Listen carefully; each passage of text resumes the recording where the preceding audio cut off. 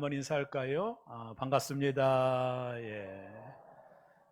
오늘 산부 예배 나온 여러분들을 주의 이름으로 축복하고 환영합니다. 저희 교회가 오늘 오후 3시 30분에 임직식이 있어서 우리는 귀한 일꾼을 세우는 임직식을 합니다. 저도 무척이나 기쁘고 또 귀한 임직자들을 통해 새롭게 되고 부흥하게 될 교회를 꿈꾸며 마음 설레이기도 합니다. 장로님 2분과 권사님 15분, 안수 집사님 11분을 세우는 거룩한 임직식을 준비하고 있습니다. 저는 오늘 임직식을 앞두고 맡은 이들에게 구할 것은 충성이라고 하는 말씀의 제목을 가지고 하나님 말씀을 좀 나누려고 해요. 오늘 본문을 읽어보면 바울은 교회에서 직분을 맡은 분들이 어떻게 해야 할 것을 권면하고 있는 내용입니다. 그래서 새롭게 임직하는 분들과 또 기존 임직자들이, 직분자들이 함께 들어야 될 하나님의 말씀이기 때문에 여러분 마음을 좀 열어놓고 여러분의 생각들, 말씀을 들을 때 여러분의 생각이 자리 잡고 있으면 말씀이 들어갈 수 없기 때문에 여러분의 생각들을 좀 내려놓고 하나님 말씀에 좀 마음을 열었으면 좋겠습니다. 고린도전서는 이제 바울이 3년 동안 목회했던 교회예요. 바울은 고린도 교회에 대한 애증이 참 많았던 교회입니다. 특별히 바울이 이곳저곳에서 복음 전도에 실패를 하고 고린도 지역으로 피난 가듯 떠났는데 그곳에서 건강한 교회가 세워지게 되었기 때문에 바울은 3년 동안 그곳에서 목회를 하고 바울은 순회 전도자니까 그것을 3년 후에 떠나 예배소라고 하는 곳으로 가게 됩니다. 얼마 시간이 지났을까 예배소에서 바울은 고린도 교회에 대한 소식을 듣게 됩니다. 우리가 성지순례를 가보면 예배소와 고린도가 어느 정도 있는지를 감이 잡힐 정도로 먼 거리가 아니거든요.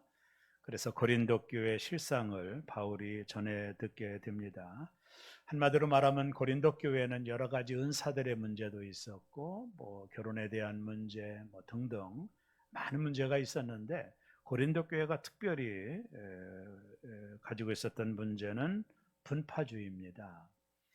고린도 교회가 가지고 있는 문제의 특징 중에 하나가 분파주의입니다. 쉽게 말하면 고린도 교회 안에 세례를 받았던 자들로 그룹이 져졌어요. 쉽게 말하면 게바, 베드로죠. 베드로에게 세례를 받았던 사람들이 한 그룹이었었고 또 하나 바울, 고린도 교회를 개척했던 바울 중심으로 또 계파가 형성되어 있었고 또는 성경 지식에 뛰어났던 아볼로를 중심으로 그에게 말씀을 공부했던 사람들이 또 분파가 되었고 이도저도 안 된 사람들이 예수파라고 하는 것으로 또 분파가 됐어요. 고린도 교회 안에 이렇게 네 파가 나눠져서 교회가 내홍을 겪게 되는 상황을 바울이 예배소에서 이제 듣게 된 것입니다. 특별히 베드로나 바울이나 아볼로나 이런 분들이 갈등이 있었던 게 아닙니다. 실제적으로는 그들을 따르는 교인들이 분파가 생겨서 이제 갈등이 있었던 것이죠. 여러분 사람이 사는 곳에 누구를 좋아하고 누구를 좋아하는 것은 나쁜 것은 아닙니다. 교회에서도 마찬가지입니다. 좋아할 수 있는 분이 있죠. 문제는 뭐냐면 그 좋아하는 것을 가지고 다른 사람을 비난하고 비판하는 것으로 나타났다는 것에 문제가 있는 거예요. 게바 베드로를 중심으로 모였던 또 다른 파가 이제 바울을 비난했습니다. 베드로 정도 돼야 사도지 무슨 바울이 사도냐. 그래서 바울을 혹독하게 비난하고 비판하고 판단을 했습니다. 이 모든 소식을 바울이 듣고 마음이 좀 아픈 겁니다. 그래서 바울이 편지를 쓰기를 누구도 판단하지 말라. 너희가 나를 판단하는 건 나는 개의치 않겠다.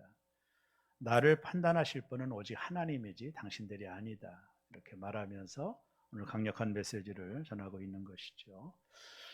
오늘에 와서도 교회에 분쟁이 있어 고통하는 교회들이 참 많이 있습니다. 저희 교회는 은혜롭지만 싸움이 일어나고 서로 비난하고 법정 싸움을 다투는 교회들이 교회 안에 있어요. 저는 이제 목회를 하는 목회자로 가끔 동기 모임을 가든가 교단에 대한 소식을 들을 때마다 분쟁이 있고 고통당하는 교회들이 생각하는 것보다 더 많습니다.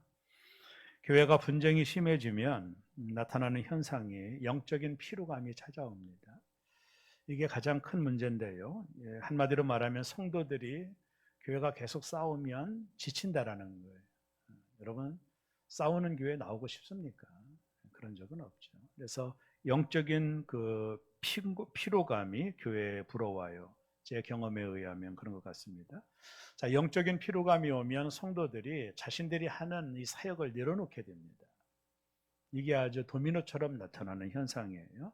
자신들이 지금까지 감당했던 봉사의 일을 내려놓아요. 네가 해봐라. 뭐 잘하나 보자. 이러면서 자신들이 감당했던 봉사의 일을 내려놓죠. 자, 이것을 누가 노리는 수일까요? 바로 사단입니다. 여러분, 교회는 영적 전쟁을 싸우는 것이기 때문에 사탄은 영적인 피로감을 동원해서 그 교회에 맡긴 일들을 못하게 만드는 거예요. 여러분, 교회가 분쟁이 일어나면 사역들을 내려놔요. 교인들이 피로감이 쌓인 거죠. 잘하는 똑똑한 네가 해봐라. 뭐 이렇게 해서 교회가 브레이크가 걸리는 거죠. 영적 전쟁이라는 책을 보면 이런 교회에 대한 이런 그 내용들을 어떻게 푸느냐 하면 그 배후에는 사단의 역사가 있는 거예요. 근데 중요한 게 목회하다 보니까 내가 사단의 도구로 쓰임 받는 것 본인도 모르고, 그리고 교회가 전반적으로 이 분쟁의 배후에는 악한 영이 역사하고 있다는 걸 교회가 되게 모릅니다. 분쟁이 많았던 고린도 교회 직분자들에게 오늘 바울이 아주 정확한 말씀을 우리에게 주고 있는 거예요. 오늘 임직하는 분들과 또 교회 직분자들이 새겨 들어야 될 말씀인데, 아까 모두에서 말했듯이 마음에 있는 여러분의 생각들을 좀 내려놓고, 그것이 다 옳을 수 있는 것은 아니니까 하나님 말씀 앞에 스펀지처럼 좀 반응하는 시간이 되었으면 좋겠다. 늘 이 제단에 설 때마다 드리는 기도입니다. 첫 번째 직분자는요, 일꾼이요 맡은 자입니다. 이게 바울이 중요하게 여기는 개념인데요. 직분자는 일꾼이요 맡은 자다. 오늘 임직하는 우리 임직분들, 또 이미 직분을 맡은 분들은 내가 누군지에 대한 정체성을 알아야 됩니다. 저를 포함하여 모든 임직자들은 하나님의 일꾼이요 맡은 자입니다. 자, 고린도전서 4장 1절 한번 다 같이 말씀을 봐요. 사람이 마땅히 우리를 그리스도의 일꾼이요 하나님의 비밀을 맡은 자로 여길지어다. 여기 마땅이라는 말은 설명할 필요가 없다라는 겁니다. 이건 당연한 것이라는 뜻으로 말을 하는데요. 우리를 그리스도의 일꾼이요 하나님의 비밀을 맡은 자로 여길지어다. 두 가지 개념을 바울이 말을 하고 있는 것을 보게 되죠. 하나는 일꾼이라는 말과 또 하나는 맡은 자라는 말입니다. 이게 대단히 중요한 개념입니다. 먼저 직분자를 일꾼이다. 모든 성도들은 다 일꾼이다. 이렇게 말을 했어요. 자, 일꾼은 그리고 맡은 자는 우리에게 이걸 맡긴 분이 계시잖아요. 이게 맡은 자라고, 내가 맡긴 자가 아니라 맡은 자가 됐어요. 여러분, 우리가 주님 앞에 다 서게 돼요. 우리가 다 하나님 앞에 섭니다. 하나님 앞에 섰을 때 내가 이 땅에서 얼마나 성공하고 출세하고 이런 건 하나님 물어보지 않아요. 여러분과 제가 하나님 앞에 섰을 때 딱 두 가지를 물어봅니다. 이건 예수님이 말씀하신 것인데요. 저와 여러분이 백보자 심판대 앞에 다 설 겁니다. 그때 하나님은 두 가지를 판단합니다. 하나는 착하고 충성된 종이라는 것과 하나는 악하고 게으른 종이라는 두 가지를 평가하는 거예요. 이게 마지막 하나님 앞에 섰을 때 우리가 받아야 될 심판입니다. 오늘 바울이 그러잖아요. 마지막 때 그것이 드러날 것이라고. 그러니 누구도 누구를 판단하지 말라는 것입니다. 그러니까 마지막 때 착하고 충성된 종인가 아니면 악하고 게으른 종인가가 판단이 되는 거예요. 여러분, 그렇기 때문에 임직을 함부로 받으면 되면 안 됩니다. 왜냐하면 많이 맡은 자들에게 많이 찾겠다고 그랬어요. 그러니까 임직이 높아질수록 여러분 그만큼 하나님이 그만큼 찾겠다라는 거니까. 그래서 바울 사도는 너희가 선생이 되지 말라고 그러거든요. 왜냐하면 너희가 가르친 대로 너희가 살지 못하면 그것이 오히려 너희에게 올무의 심판이 된다라는 거예요. 많이 맡은 자들에게는 많이 찾겠다라는 거예요, 주님이. 그러니까 임직은 함부로 받을 것은 아닙니다. 그죠? 이게 중요한 거죠. 우리가 다 하나님 앞에 섰을 때, 야, 이 목사, 너 목사 일 잘했나? 목사의 직무에 대한 평가를 받는 겁니다. 제가 평신도의 평가를 받겠어요. 그러니까 두려운 거죠. 참으로 두렵고 떨리는 겁니다. 장로님의 평가를 받는 겁니다. 평신도처럼 하나님 평가하지 않아요. 그 장로의 직분대로 네가 충성하고 헌신했는지를 보는 거예요. 그러니까 함부로 이거는 받아야 될 게 아닙니다. 왜요? 많이 맡은 자들에게는 많이 찾는다고 했으니까. 이건 두려운 일이거든요.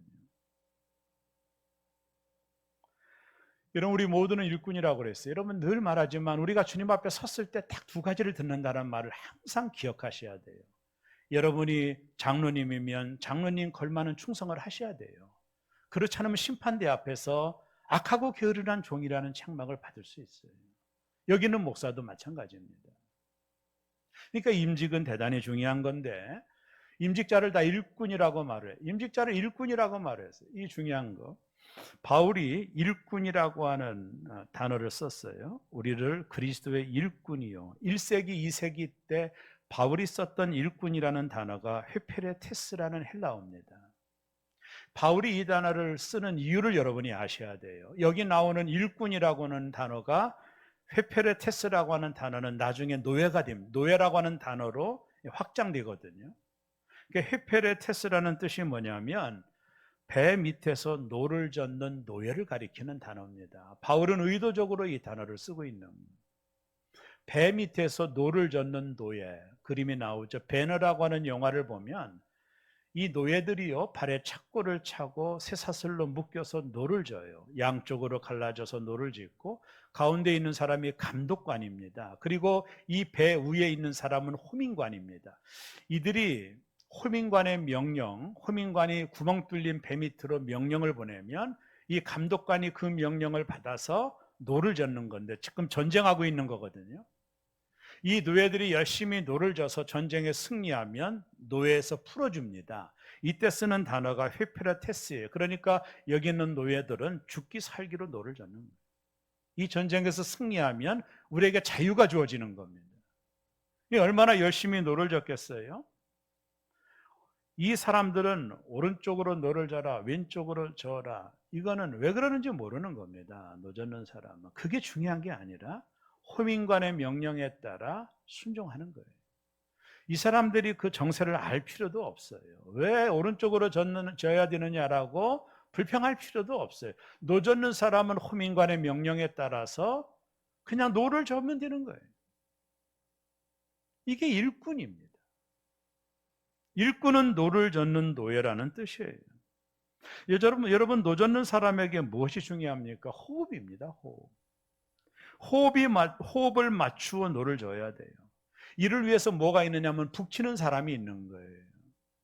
그리고 감독관이 있는 겁니다. 감독의 명령에 따라 북치는 사람이 북을 치면, 북을 빠르게 치면 빨리 노를 젓는 것이고, 북을 천천히 치면 상황의 증상에 따라 천천히 노를 짓는 거예요. 노 젓는 사람은 왜 빠르게 치느냐, 왜 늦게 치느냐, 그거 말할 필요가 없어요. 그냥 명령에 따르는 거예요. 이게 일꾼입니다. 감독관의 지시에 따라 북을 치는 자가 북을 치면 그 속도에 맞춰 노를 저어야 되는 거예요. 전쟁에 승리하면 여기는 노예들에게는 자유가 주어집니다. 고대 문서를 보면 자유가 주어지기 때문에 최선을 다하여, 배너라는 영화를 보면 노예들이 노를 젓잖아요. 그 주인공 배너도 노를 젓지 않습니까? 북소리에 따라서 노를 져요. 이게 호흡이 대단히 중요한데, 누구는 빨리 젓고 누구는 천천히 젓고 하면 배가 똑바로 갈 수도 없고 다 같이 힘들어집니다. 그래서 노 젓는 사람 중에 요령 부리거나 북소리에 맞춰 젓지 않으면 감독관이 채찍을 들어 노 젓는 사람의 등짝을 후려치는 거예요. 누군가가 요령을 부리면 함께 어려워지는 겁니다. 다 같이 한 마음 한 뜻으로 노를 저어야 호민관의 명령에 따라 앞으로 갈 수도 있고 오른쪽으로도 갈 수 있는 거예요. 누군가가 요령을 부리고 엄살을 부리면 다른 사람이 어려워지는 거예요. 어려워지는 거예요. 모두 다 한 마음 한 뜻으로 노를 짓는 겁니다. 교회의 직분자는 노젓는 사람입니다. 모두 다 호흡을 맞추어 노를 저어야 돼요. 어떤 사람은 열심히 내어 노를 젓는데 어떤 사람은 요령을 부리면 배가 앞으로 가기도 어렵고 함께 다 같이 어려워지는 것입니다.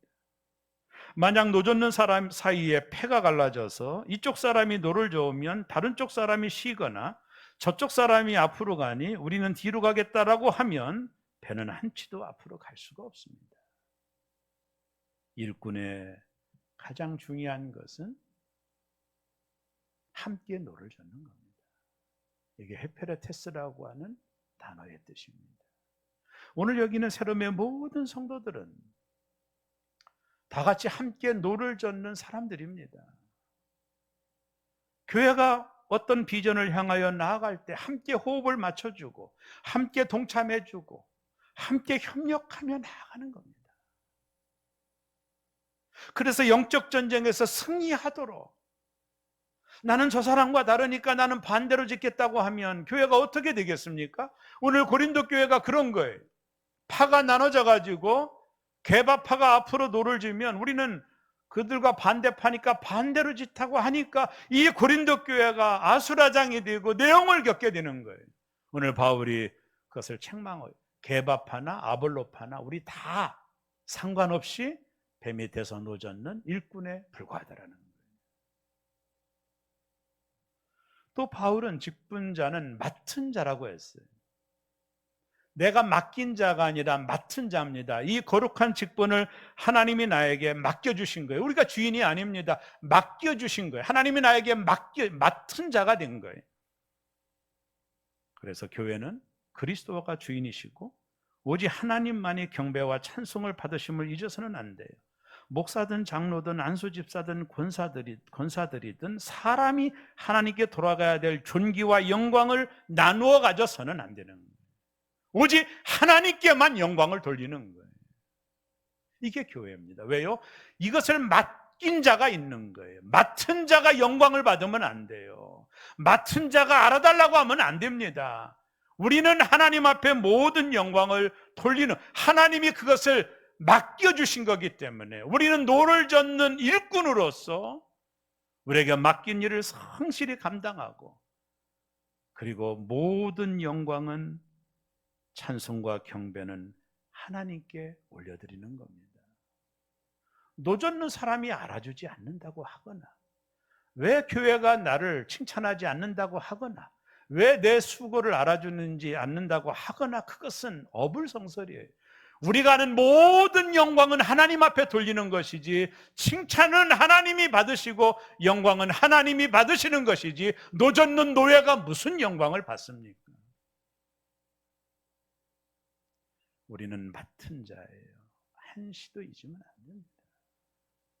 호민관의 명령에 따라, 예수 그리스도의 명령에 따라 우리는 노를 저으면 되는 거예요. 오른쪽으로 가라면 가면 되는 것이고, 왼쪽으로 가면 되는 거예요. 교회가 폐가 생겨서 너는 오른쪽으로 저니 나는 왼쪽으로 젓겠다고 말하면 그 교회는 희망이 없는 것입니다.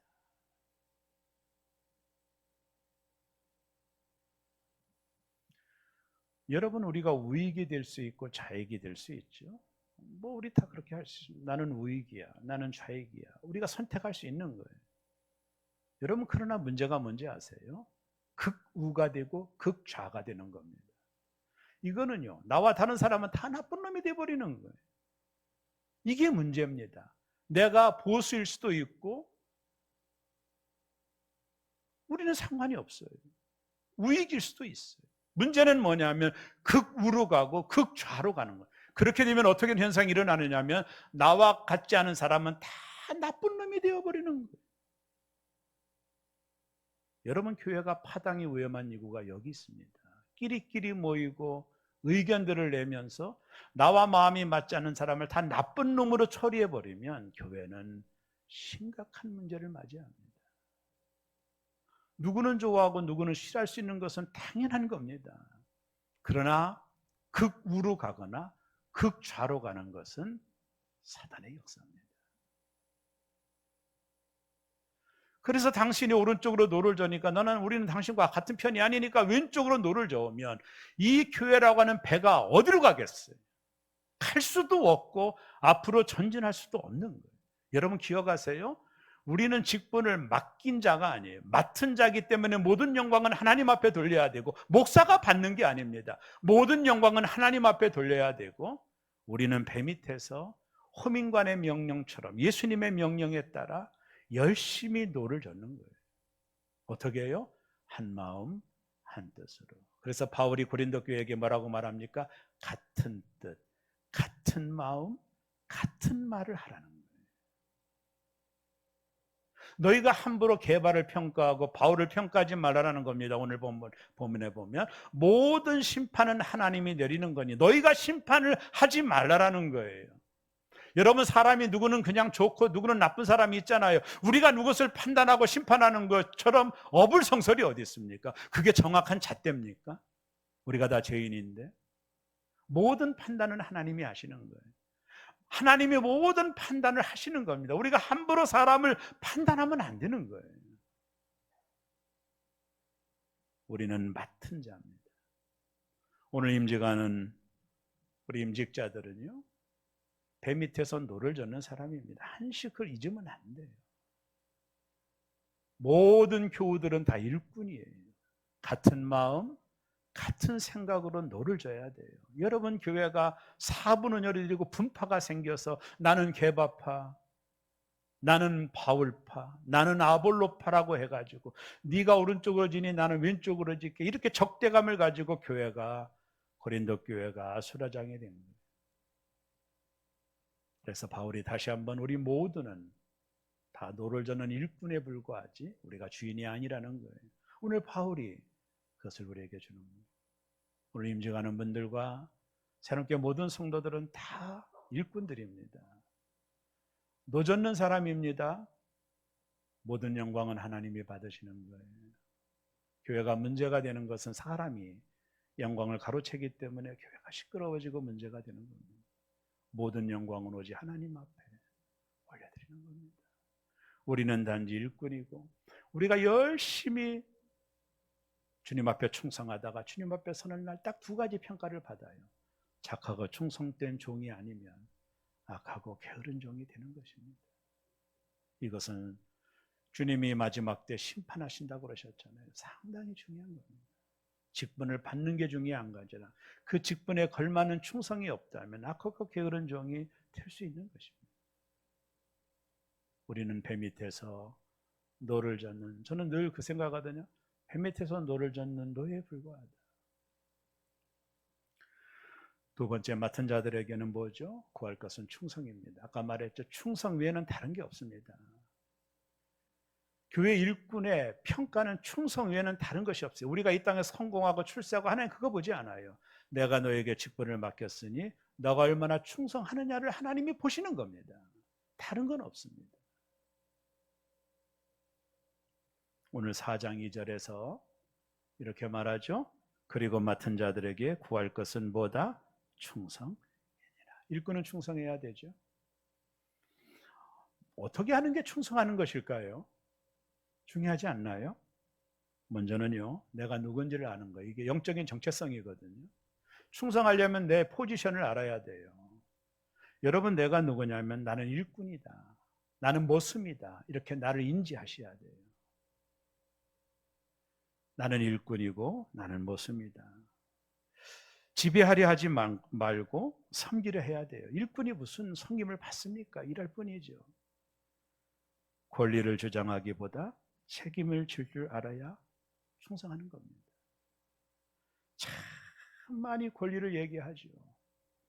그것보다도 책임을 질 줄 알아야 돼요. 그게 충성된 일꾼입니다. 책임을 질 줄 알아야 돼요.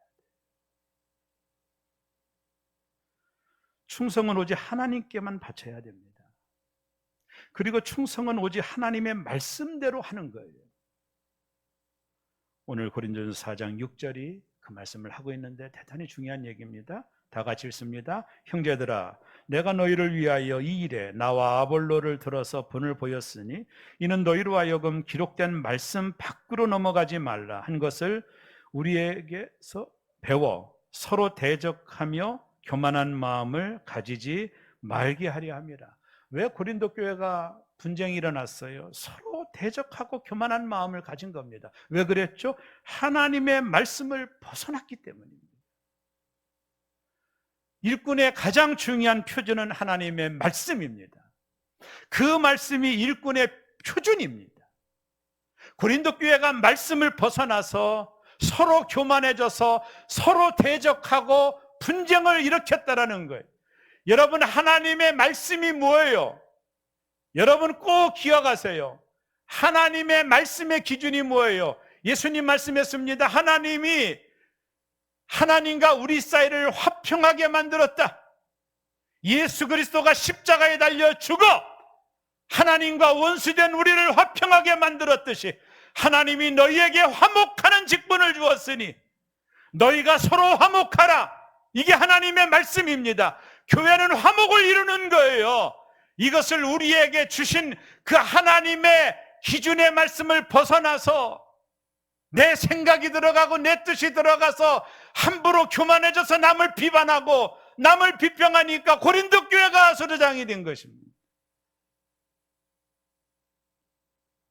바울을 비난하고, 바울이 얼마나 마음이 아팠겠어요. 하나님의 말씀의 기준을 떠나 자신들의 생각과 철학과 가치관을 가지고 함부로 사람을 판단함으로 인하여 서로가 서로를 대적했던 이 고린도 교회에 분파가 생기게 된 거예요. 교회 일을 하며 자신의 생각과 경험과 지식을 따라 해서는 안 됩니다. 하나님의 말씀을 벗어나서는 충성된 일꾼이 될 수 없어요. 그래서 일꾼은 하나님 말씀에 더욱더 귀를 기울여야 돼요. 말씀을 읽고 묵상하고 하나님의 뜻을 아는 일에 최선을 다해야 됩니다. 어떻게 하루에 한 번 성경도 읽지 않으며 내 생각이 하나님의 뜻이라고 누가 말할 수 있겠습니까? 오늘 임직하는 분들은 하나님 말씀을 묵상하고 읽고 그 길 가운데 기록한 대로 지켜 행하는 일꾼들이 되었으면 좋겠어요. 여러분의 생각을 말하지 말고 하나님의 말씀을 말씀했으면 좋겠어요. 충성은 무슨 일을 하든 최선을 다해야 되는 거예요. 할 수 있는 한 모든 일을 아낌없이 바쳐야 돼요. 아무리 잘해도 더 잘할 수 있는데 적당히 하고 그치면 충성이 아니에요. 그리고 아무리 잘했다 해도 사람들로부터 인정과 칭찬을 받으려 하지 말아야 돼요. 인정과 칭찬은 하나님만 받으시는 거예요.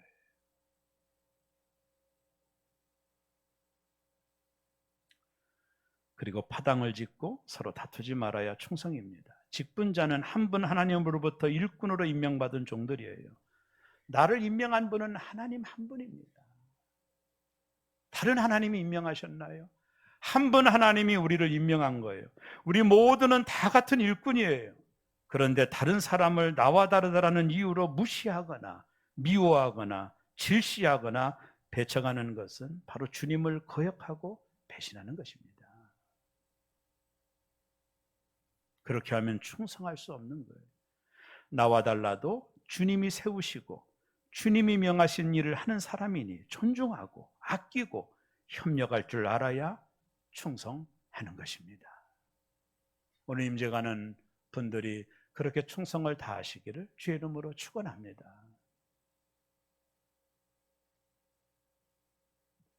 마지막 세 번째 중요한 건데요, 서로의 직무를 알아야 돼요.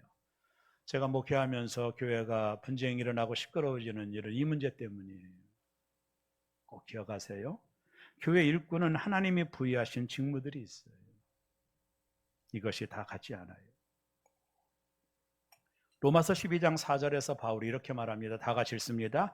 우리가 한 몸에 많은 지체를 가졌으나 모든 지체가 같은 기능을 가진 것이 아니니. 여러분, 교회는 몸이라고 그랬죠? 예수님은 머리라고 그러셨어요. 이 몸에는 많은 지체가 있어요. 손도 있고 다리도 있고 뭐 코도 있고 많은 지체가 있어요. 근데 이 지체들이 모든 기능이 같은 게 아니에요. 다 손이 아닙니다. 하는 역할과 기능이 다 다른 겁니다. 여러분, 교회는 몸이죠. 몸에는 각자 다른 지체들이 있다라는 거예요. 여러분, 이걸 꼭 아셔야 됩니다. 그래서 바울이 에베소 4장 11절과 12절에서 아주 중요한 말씀을 하고 있는데요. 다 같이 읽습니다. 그가 어떤 사람은 사도로, 어떤 사람은 선지자로, 어떤 사람은 복음 전하는 자로, 어떤 사람은 목사와 교사로 삼으셨으니 이는 성도를 온전하게 하여 봉사 일을 하게 하려 하여 그리스도의 몸을 세우려 하심이라. 교회의 모든 지체는 각자 기능이 달라요. 교회 안에 각자 다른 직분들이 있지만 이 모든 것은 그리스도의 몸을 세우려 한다는 공동의 목적을 위해 존재하는 거예요. 그 모든 목적을 이루기 위해 교회 지체는 각자 다른 지체의 존재 가치와 역할과 능력을 인정하며 자기의 주어진 몫을 기쁨으로 감당하는 거예요. 그래서 결국에 그리스도의 몸을 이루는 겁니다. 이것을 교회의 목적으로 삼아야 되는 거예요. 그러나 다 직무는 달라요. 다 직무는 다릅니다.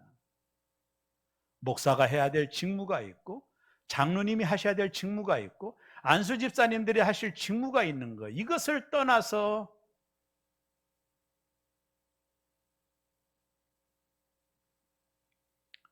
현악 사중주는 제1바이올린, 제2바이올린, 비올라, 첼로로 구성되어 있어요. 사진을 볼까요?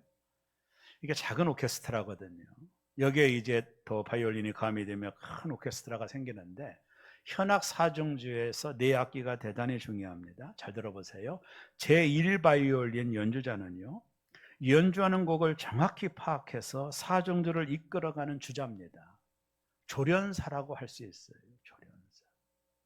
이 곡의 모든 내용을 파악하고 정확하게 리드하는 사람이 솔로를 담당하는 1바이올린 주자예요. 여기서 제2 바이올린은 옥타브가 한 2도 3도가 낮죠, 솔로보다. 그러면서 튀지 않게 연주하는 거예요. 솔로처럼 연주하는 게 아닙니다. 솔로는 1바이올린이 연주하고 제2바이올린은 튀지 않게 연주하며 제1바이올린을 주자를 돕는 역할을 하는 거예요. 이게 현악 사중주가 기능이 다 다른 겁니다. 포지션과 역할이. 비올라는요 5도가 낮죠, 음이. 저음의 소리로 연주 전체를 받쳐주는 역할을 합니다. 비올라가 바이올린보다 조금 크잖아요. 울림통이 큰 거예요. 그래서 이 모든 연주에 저음 소리를 내며 연주 전체를 받쳐주는 역할을 비올라가 하는 거예요. 여러분, 첼로는요 더음이 낮죠. 묵직한 음을 보이면서 음악 전체의 울타리처럼 역할을 하는 것이 첼로 역할입니다. 다 다른 겁니다. 먼저 제1바이올린과 제2바이올린은 급이 다르기 때문이 아니라 역할이 다른 거예요. 제1바이올린을 솔로 바이올린이라고 하죠. 제2바이올린은 제1바이올린 뒤에서 비올라와 첼로를 연결시켜주는 역할을 하는 거예요. 제2바이올린 주자는 제1바이올린이 되는 것을 포기해야 됩니다. 자기가 연주를 잘할 수 있다라고 튀는 연주를 하면 그 현악 사중주 팀은 없는 게 낫습니다. 만약에 제2바이올린 주자가 나는 실력이 모자라지도 않으니 연주를 튀게 하면 전체 연주를 다 망가지게 하는 것입니다. 또한 비올라나 첼로도 뒤에서 제1바이올린을 도와줘서 아름다운 연주를 하게 하는 것이 그들의 맡은 역할이에요. 그래서 옥타브가 낮은 거예요. 오직 오리지널 옥타브는 제1바이올린만 솔로기 때문에 있는 거예요. 나머지 것들은 옥타브가 2옥타브가 낮고 5옥타브가 낮고 6옥타브가 낮아서 이 솔로가 연주하는 것들을 다 협력해서 뒤에서 도와주는 거예요. 그래서 아름다운 선율을 만들어내는 것이 현악 사중주의 음악입니다. 교회가 이와 같다는 생각을 잠시 해봤습니다. 제1바이올린은 교회의 담임 목사 정도라고 봤어요. 곡을 정확히 해석하듯 하나님의 말씀을 정확히 해석해서 성도들에게 진리의 말씀을 전하는 역할이라고 봐요. 제2 바이올린은 장로님들이라 생각해 봤습니다. 제1 바이올린 뒤에서 튀지 않게 연주를 하는 역할입니다. 그리고 제2 바이올린은 제1 바이올린과 비올라와 첼로를 연결하는 역할을 하는 거예요. 현악사정주의 완성에는 제2 바이올린에 의해 판결이 난다고 합니다. 제2 바이올린은 제1 바이올린처럼 되는 것을 포기해야 됩니다. 단지 제1 바이올린을 옆에서 도와주는 역할로 그 사명을 감당하는 것입니다. 현악사중주의 연주의 성패는 제2 바이올린에 의해 좌우된다고 전문가들이 말을 합니다. 한 교회가 좋은 교회인지는 장로님들의 수준에 의해 결정되는 것이 그 이유 때문입니다. 아무리 훌륭한 목회자라도 장로님들의 협력이 없으면 한 교회가 수준이 낮은 교회가 되는 것이죠. 장로님들이 목사의 역할을 하려고 하면 교회는 평화가 깨지는 것입니다. 또 비올라는 안수 집사님과 같은 역할이라고 봐요. 오도음이 낮아져서 절대로 비올라는 튀면 안 됩니다. 오도의 음을 낮춰줘서 제2 바이올린을 뒤에서 도와주고, 그리고 1 바이올린이 솔로 연주를 할 수 있도록 낮은 음으로 연주를, 하모니를 만들어내는 거예요. 제2 바이올린을 도와 연주함으로 제1 바이올린이 연주를 잘하도록 뒤에서 도와주는 역할이 비올라의 역할이에요. 음이 5도 정도 낮습니다. 튀면 안 돼요. 첼로는 권사님의 역할이라고 봐요. 묵직한 소리로 전체 음악의 질감을 높이고 뒤에서 협력하는 역할, 그것이 첼로요 권사님의 역할이라고 생각합니다. 각자의 역할과 기능이 다른 겁니다. 교회가 시끄러워지는 일은 각자의 기능을 오버하는 거예요. 내가 잘할 수 있는데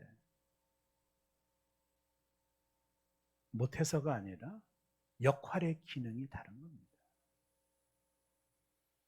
현악사정주의 연주 중 가장 중요한 게 뭔지 아세요? 4개의 현악기가 같은 속도로 현을 떠는 겁니다. 우리가 이것을 바이브레이션이라고 하죠. 저도 바이올린을 조금 배워봐서 알지만 이 손으로 현을 잡고 초보는 손을 떨 수가 없습니다. 손을 떨지 않으면 음이 날카로워지고 부드럽지가 않아요. 그러나 이 손을 떠는 기법을 바이브레이션이라고 하고 소위 그것을 비브라토라고 하는 거예요. 완성도 있는 현악 사중주의 연주의 가장 좋은 아주 중요한 키워드가 뭐냐면 이 비브라토가 같은 겁니다. 마지막 사중주라는 영화가 있었어요. 여기서 솔로 1바이올린 주자가 한참 연습하다가 소리를 지릅니다. 비브라토가 맞지 않아서 연주를 못하겠어요. 바이브레이션이 맞지 않아요. 이렇게 말하거든요. 이 비브라토가 현을 떠는 거예요. 현을 떠지 않으면 소리가 아주 날카로운 소리가 나는 거예요. 현악기의 특징입니다. 이 손을 떠는 이 바이브레이션, 비브라토가 연주의 승패를 결정하는 거예요. 비브라토는 음악을 부드럽게 만드는 기법입니다. 비브라토를 느리게 하면 물 흘러가는 분위기를 만들어내고 비브라토를 빠르게 하면 경쾌한 음악을 만들어내는 거예요. 중요한 건 뭐냐면 네 악기 모두가 비브라토가 일정해야 된다는 거예요. 솔로 바이올린 1바이올린 주자가 비브라토를 느리게 하는데 비올라가 비브라토를 빠르게 하면 연주가 망치는 거예요. 모두 다 일정한 비브라토, 바이브레이션을 넣어야 되는 거예요. 그래야 좋은 선율과 아름다운 화음을 만들어내는 거예요. 제1 바이올린 주자가 비브라토를 천천히 하면 나머지 세 주자도 모두 다 천천히 비브라토를 넣어줘서 안정되고 부드러운 음악을 만들어내고, 제1 솔로 주자가 곡을 파악한 대로 비브라토를 빠르게 하면 모든 주자가 비브라토를 빠르게 해서 그 음악에 맞는 특징의 음을 만들어내는 거예요. 현악사중주의 승패는요, 이 비브라토의 속도에 의해 결정이 되는 거예요. 교회를 생각해 봤습니다. 누구는 울고 있는데 누구는 낄낄거리면 비브라토가 맞는 게 아니죠.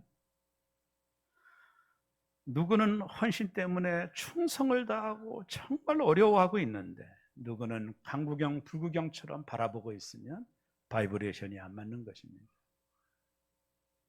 담임 목사는 울고 있는데 장로님들이 낄낄거리고 있으면 그것은 비브라토가 안 맞는 것이죠. 함께 울고 함께 기뻐하고 함께 슬퍼하고 함께 사랑하고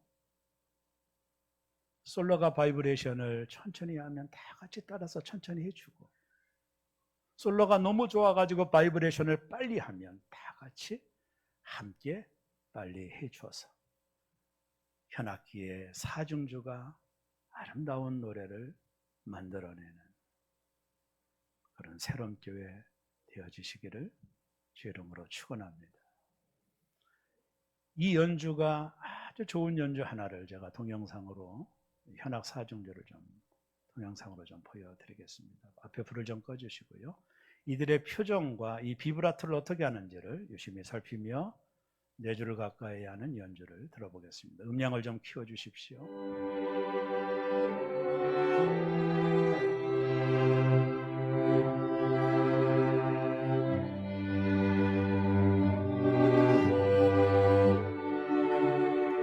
이 바이올린 1바이올린을 계속 주목하고 있죠.